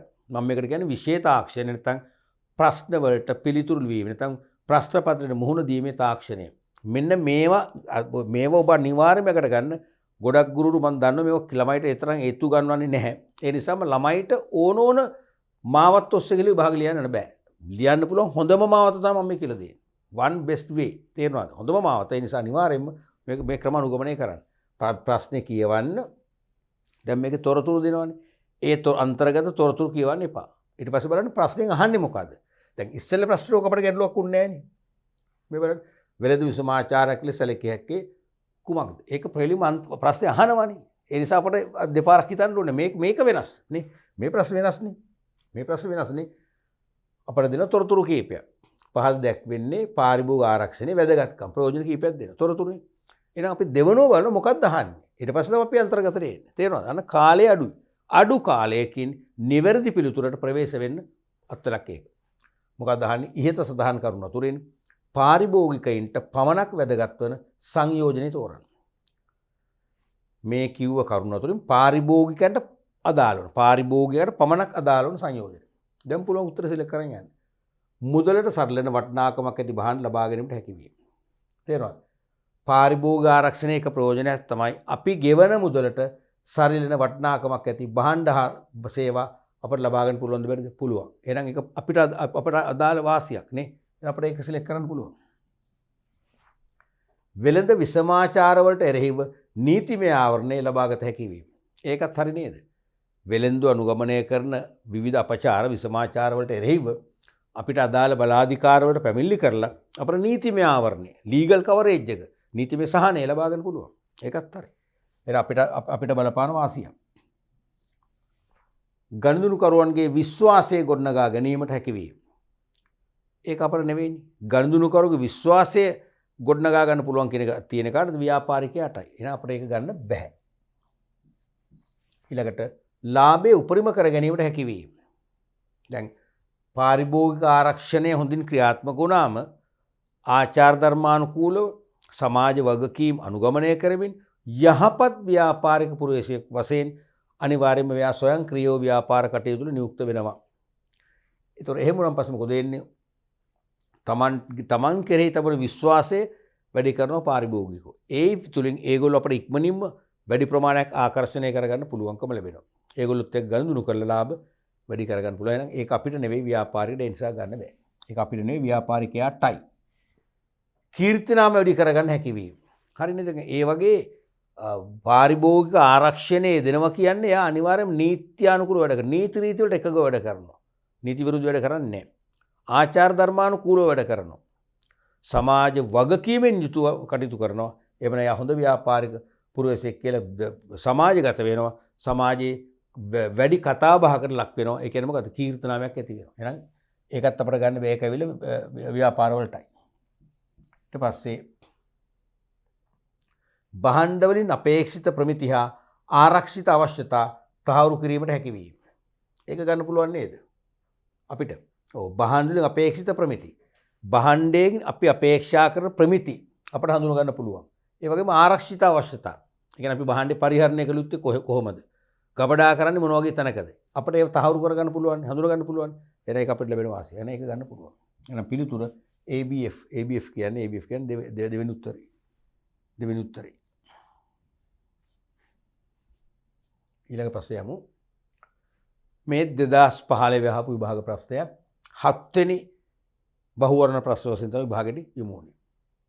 පහස් සඳහන් ආයතන අතුරෙන් පාරිභෝගික ආරක්ෂණ කටයුතු වලට සම්බන්ධ නොවන ආයතන තෝරන්න. ප්‍රශ්න කෙලිම ඍජු ප්‍රශ්නයක් ලේසි. මේක ලේසි. ඒ වෘද්ධ ළමයිත් වාසනාවන්තයි. පහස් සඳහන් ආයතන අතුරෙන් පාරිභෝගික ආරක්ෂණ කටයුතු වලට සම්බන්ධ නොවන ආයතන. ශ්‍රී ලංකා ප්‍රමිති ආයතනය අනිවාර්යයෙන්ම සම්බන්ධයිනේ. ශ්‍රී ලංකා ප්‍රමිති ආයතනයේ ප්‍රමිති හඳුන්වා දෙමින් ප්‍රමිති නීති කඩ කරන අයට එරෙහිව නීතිය ක්‍රියාත්මක කරමින් පාරිභෝගිකයට ගුණාත්මක භාණ්ඩයක් සපයන්නට දායකත්වයෙන් ලබා දෙනවා නම් අපට මොනවට පැහැදිලි වෙනවද? ප්‍රමිති ආයතනයේ පාරිභෝගික ආරක්ෂාවට සම්බන්ධයි. ඒ නිසා ඒක ගන්න වහන්නේ සම්බන්ධ නොවන එකක් ගන්න. හරිනේ. මේක ගන්නේ නෑ අපි නිසා. විදුලි සංදේශ නියාමන කොමිසම මොකද කියන්නේ? සම්බන්ධයි. මොකද විදුලි සංදේශ නියාමන කොමිසම නිසා තමයි විදුලි සංදේශ පණිවිඩ හුවමාරු සේවා ක්‍රියාවට නංවන ආයතන නියාමනය වෙන්නේ. විදුලි සංදේශ පණිවිඩ හුවමාරු පහසුකම් සපයන ආයතන නියාමනය කරන ජාතික ආයතනය තමයි මේ. ශ්‍රී ලංකා ටෙලිකොම් ආයතනය නියාමනය කරන්නේ මේකෙන්. ශ්‍රී ලංකා ටෙලිකොම් ආයතනය නියාමනය කරන්නේ මේකෙන්. තේරෙනවද? ඒ නිසා දැන් ටෙලිකොම් සමාගම අපිට දුරකථන පහසුකම් දුන්නම සමහරට අකුණු ගැහුවොත් හදිස්සියේ අපිට ශබ්දය ඇහෙන්නේ නැතුව අපි ඕෆ් කරන්න පෙර දුරකථන පිච්චෙන්න පුළුවන්. උනොත් අපිට අනිවාර්යයෙන් ඒගොල්ලෝ දුරකථන සවි කරන්න ඕනේ. නැත්තම් වෙන අපිට මොනවා රන්නින් රිපෙයාර් එකක් එනවා. වැස්සම චරචර සද්දයක් එනවා. හරියට ඇහෙන්නේ. අපි කම්ප්ලේන්ට් එකක් දානවා. අපිට අනිවාර්යයෙන්ම ඒ සර්විස් එක දෙන්න ඕනේ. දෙන්නේ නැතුව අපි අපහසුතාවයටපත් කරනවා නම් මොකද වෙන්නේ? අපි කම්ප්ලේන්ට් කරන්න ඕනේ මේකට. TRC එකට. ටෙලිකමියුනිකේෂන් රෙගියුලේටරි කමිෂන් කියලා තමයි ඉංග්‍රීසියෙන් කියන්නේ ඒකටයි. TRC එකට. එතකොට ඒගොල්ලෝ අපිට සහල් ලබා දෙනවා. කොටිමද අපි පාරිභෝගිකයින්. දැන් මම ශ්‍රී ලංකා ටෙලිකොම් සමාගමෙන් දුරකථනයක් ලබා ගත්තේ ටෙලිකොම් සමාගමේ පාරිභෝගිකී විදියට. එහෙමනම් මට අනිවාර්යයෙන්ම මගේ ටෙලිෆෝන් එක විසන්දි වුණා නම් අක්‍රිය වුණා නම් තේරුණාද? දෝෂසහගත වුණා නම් හැකි ඉක්මනින් මට සර්විස් එක දෙන්න ඕනේ. මොකද මම එයාලගේ පාරිභෝගිකයෙක්. එහෙනම් අනිවාර්යයෙන්ම විදුලි සංදේශ නියාමන කොමිසම තිබෙන නිසා විදුලි සංදේශ පණිවිඩ හුවමාරු සේවා සපයන ආයතන වලින් වඩා හොඳ සේවයක් ලබා දීලා පාරිභෝගික ආරක්ෂා කරන දායක වෙනවා. ඒකත් උත්තරේ නෙවෙයි. ඒකත් සම්බන්ධයි එතනට. ඊළඟට දේශීය ආදායම් දෙපාර්තමේන්තුව Department of Inland Revenue. මොකද ඒක ගැන කියන්නේ? දේශීය ආදායම් දෙපාර්තමේන්තුව තියෙන බදු අය කරන්නේ. කාගේද බදු අය කරන්නේ? ව්‍යාපාරිකයන්ගෙන් සහ පුරවැසියන්ගෙන්. එතන පාරිභෝගික සම්බන්ධයක් නැහැ. පාරිභෝගිකෙක් වශයෙන් බදු අය කරනවා කියලා නැහැ නේ. රටේ සමස්ත පුරවැසියා කියන සංකල්පනේ තියෙන්නේ. පුරවැසියන්ගෙන් සහ ව්‍යාපාරික සමාජයෙන් බදු අය කරන්න. අන්න එතනට ඒක මම හිතනවා කෙලින්ම අපේ පාරිභෝගික ආරක්ෂණ සම්බන්ධ වෙන්නේ නැහැ. ඒක නියාමන ආයතනයක්නේ. අනික මිනුම් ඒකක ප්‍රමිති හා සේවා දෙපාර්තමේන්තුව අනිවාර්යයෙන්ම සම්බන්ධයි. අනිවාර්යයෙන්ම සම්බන්ධයි. ඒ කියන්නේ කිරුම් මිනුම් වංචා කරනවා නම් ඒ කියන්නේ බලපත්‍ර නැති බලපත්‍ර නැති නියමිත පාඨාංක රහිත වූ දෝෂ සහගත වූ කිරුම් මිනුම් උපකරණ භාවිතා කරලා අපිට බහන්න වංචනිකව අලෙවි කරනවා නම් ඒක ආරක්ෂා කරන අපිට කම්ප්ලේන් කරලා පැමිණිලි කරලා සහන ගන්න පුළුවන් බලාධිකාරිය තමයි. එහෙනම් මේකත් පාරිභෝගික ආරක්ෂණයට සම්බන්ධයි. එහෙනම් ඒකත් උත්තරේ නෙවෙයි. යහනේ සම්බන්ධ නැති ආයතනය. බොහෝලට තුන තමයි එන්නේ. ඊළඟට පාරිභෝගික කටයුතු පිළිබඳ අධිකාරිය කිසිදු වාදයක් නැහැනේ. කාලනාස්ති කරන්නේ අපිව ආරක්ෂා කරන ප්‍රධානම ආයතනනේ. එහෙනම් ඒකත් නෙවෙයි උත්තරේ. එහෙනම් උත්තරේ මොකද්ද? 3. පැහැදිලිනේ? ඊළඟ ප්‍රශ්නෙට යමු. 2014 විභාග ප්‍රශ්නය 5 වෙනි ප්‍රශ්නය වශයෙන් ආවේ. 2014 අවුරුද්දේ පළවෙනි ප්‍රශ්න පත්‍රයේ 5 වෙනි බහුවර්ණ ප්‍රශ්න වශයෙන් මේක ආවේ. පහත වගුවේ X තීරුවේ ව්‍යාපාර හා රජයට ඇත් කාර්යයන් කීපයක්ද Y තීරුවේ එම කාර්යවල ප්‍රතිඵල දැක්වේ. පැහැදිලි? මේකෙත් අනිවාර්යෙන් බලමු. මේකේ තහන වැත්තේ ගැලපීම. ඔව්. X සහ Y තීරු නිවැරදිව ගැලපුවට ලැබෙන පිළිතුර. හරිනේ? රජයේ ව්‍යාපාරවලට බලපෑම් කරන්නේ. රජයේ ව්‍යාපාරවල බලපෑම් කරන්නේ. බලන්න මේ පැත්තේ කියවනකො ආර්ථිකයේ මුදල් සැපීම කෙරෙහිය. තරඟ කරුවෙකු වීමෙනි. දේශීය අමුද්‍රව්‍ය භාවිතා කිරීමෙනි. භාණ්ඩ අලිවි වැඩිවීම නිසා ලාභ වැඩිවන හේිනි. නිෂ්පාදනයන් මත විවිධ බදු පැනවීම මගින් භාණ්ඩ මිල ඉහළ යාමට සැලැස්වීමෙනි. ගලෝසේ මතකයෙන් දැන් කියපුඩි. ඒක කියවනේ අපිට මේක එකපාරට ගන්න බැහැනේ. රජයේ ව්‍යාපාරවලට බලපෑම් කරන්නේ. කොහොමද? නිෂ්පාදනයන් මත විවිධ බදු පැනවීම මගින් භාණ්ඩ මිල ඉහළ යාමට සැලැස්වීමෙනි නෑ. දැන් හරි බදු පැනවීම මගින් බලපෑමක් කරනවානේ. ඒක හරි. මෙන්න මේක තේරුම් ගන්න. බදු පැනවීම මගින් බලපෑමක් කරනවා. ඒකේ අපට වාදයක් නැහැ. නමුත් ඒ බදු පැනවීමෙන් ව්‍යාපාරවලට බලපෑම් කරනවා. බලපෑමක් වෙනවා. නමුත් ඒ කියන්නේ ඒක නෙවෙයිනේ. බදු පැනවීම මගින් භාණ්ඩ මිල ඉහළ යාමට සැලැස්වීම. භාණ්ඩ මිල ඉහළ යාමේ මොකද වෙන්නේ? පාරිභෝගික රවාසියක් නෙවෙයි. ඒ නිසා ඒක නෙවෙයි උත්තරේනේ. මොකද උත්තරේ? තරංග කරුවෙකු වීමෙන් නේද? ව්‍යාපාර විසින් ඉටු කරන ව්‍යාපාර කටයුතුම රාජ්‍යංශයේ ව්‍යාපාර මගින් ආරම්භ කරනවා. මොකද තරංගයක් අන්න බලපෑමක් වෙනවා. බොහෝලට මේකට එන්නේ දෙක. අපි නිකන් මාකෘ ඒ දෙක කියලා. රජයේ අරමුණු ඉටු කර ගැනීමට ව්‍යාපාර සහාය වන්නේ. දැන් රජයේ අරමුණු තියෙනවානේ. ආදායම් විෂමතාවය අවම කිරීම, ආර්ථික වර්ධනය හා සංවර්ධනය, ආර්ථික ස්ථායීතාවය, ආර්ථික කාර්යක්ෂමතාවය මතකයිනේ. යහපත් අන්තර්ජාතික වෙළඳාම ඔන්න ඔය රජයේ පොදු ආර්ථික අරමුණු ළඟා කර ගැනීමට ව්‍යාපාරිකයන්ට කිසියම් සපෝට් එකක් දායකත්වයක් දෙන්න වෙන ක්‍රම කීපයක් තියෙනවා. ඒක මොකක්ද උත්තරේ වඩා හොඳ මොකක්ද? මේක නේද තුන නේද? දේශීය අමුද්‍රව්‍ය භාවිතා කිරීමෙන්. මොකද දේශීය අමුද්‍රව්‍ය භාවිතා කරනවා යනු විදේශයන්ගෙන් අමුද්‍රව්‍ය ගෙන්වන්නේ නැහැ. එහෙනම් ආනයන මොකද වෙන්නේ? අඩු කරගන්න පුළුවන් සෑහෙන ප්‍රමාණයක්. ආනයන අඩු වෙනවා කියන්නේ අපනයන ආදායම ඉහළ යනවා. හරිනේ? අපනයන ආදායමට වඩා දැන් ආනයන විදිහම වැඩි. දැන් මේකේ මොකද වෙන්නේ? දේශීය අමුද්‍රව්‍ය භාවිතා කරාම ව්‍යාපාරිකෝ විදේශ අමුද්‍රව්‍ය ඉල්ලන්නේ නැහැ. එහෙනම් ආනයන නිකම්ම පහළ යනවා. ආනයන පහළ යනවා කියන්නේ ආනයන වියදම අභිබව අපනයන ආදායමක් ලැබීමෙන් අන්න විදේශ වෙළඳාම යහපත් ආකාරයෙන් නැත්නම් ජාත්‍යන්තර වෙළඳාම යහපත් ආකාරයෙන් පවත්වාගෙන යාම කියන රජයේ අරමුණු ඉෂ්ට වෙනවා. තේරෙනවද? එහෙනම් ඒක තමයි ඒකට උත්තරේ. ඒ කියන්නේ 3. රජයේ ෆිස්කල් ප්‍රතිපත්ති ව්‍යාපාරවලට බලපෑම් ඇති කරන්නේ. රජයේ ෆිස්කල් ප්‍රතිපත්ති ව්‍යාපාරවලට බලපෑම් කරන්නේ කොහොමද කියලා මේකෙන් ගම්ම වෙන්නේ. ඒ කියන්නේ රාජ්‍ය අයවැය මතකයිනේ. රාජ්‍ය අයවැය ලේඛනයේ ඔස්සේ රාජ්‍ය ආදායම් වියදම් රාජ්‍ය ණය බදු වගේ මූලිකාංග හැසිරවීම මගින් කර බලපෑම. ෆිස්කල් ප්‍රතිපත්ති ව්‍යාපාරවලට බලපෑම් ඇති කරන්නේ. කොහොමද? මුදල් සැපයීමක නෙවෙයිනේ.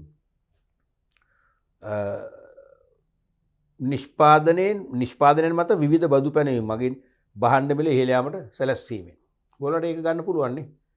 හරිනේ ෆිස්කල් ප්‍රතිපත්තියක් වශයෙන් බදු පනවන්නේ. අය රාජ්‍ය අයවැයනේ. ඒකම ගන්න පුළුවන් පොළොවේ තියනකො බලන්න.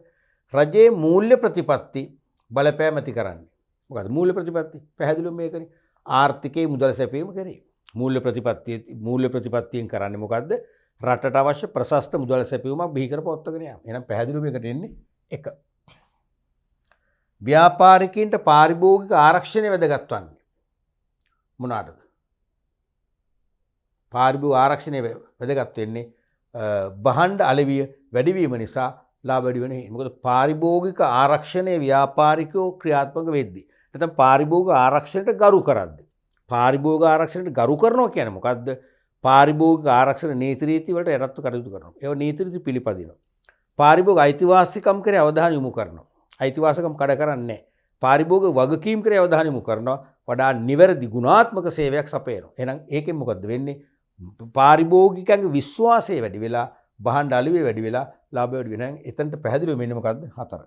එහෙනම් ඉස්සෙල්ලකට ඒක තමයි රජයේ ෆිස්කල් ප්‍රතිපත්ති බලපෑම් කරන්නේ නිෂ්පාදනයෙන් මත විවිධ බදු පැනවීම මගින් භාණ්ඩ මිල ඉහළ යාමට සැලැස්වීම. භාණ්ඩ මිල ඉහළ යනවා. භාණ්ඩ මිල ඉහළ ගියන් පස්සේ මොකද වෙන්නේ? ඉල්ලුම අඩු වෙනවා. ඉල්ලුම අඩු වුනම ව්‍යාපාරිකයන්ට ඒක ලොකු බලපෑමක් වෙනවනේ. එහෙනම් එතෙන්ට එන්නේ 5. එතකොට එන්නේ බලන්න මතක තියාගන්න 2 3 5 1 4. 2 3 5 1 4. 2 3 5 1 4. 2 3 5 1 4. 2 3 5 1 මෙති 2 3 5 1 4. උත්තරේ 4. 4 වෙනි උත්තරේ. තරුණි අතර අපි මේ වන විට 3 වන පාඩම් මේකකට අදාළව 2020 ඉඳන් එපිටට විභාග කීපයක යොමු වෙච්ච හොඳ බහුවර්ණ ප්‍රශ්න කීපයක් සාකච්ඡා කළා. ඒවට ලකුණු ලැබෙන ආකාරයත් එක්ක අපි ඉතිරි බහුවර්ණ ප්‍රශ්න ටික අපි ඊළඟ පාඩම් එකකදී කතා කරන්න බලාපොරොත්තු වෙනවා.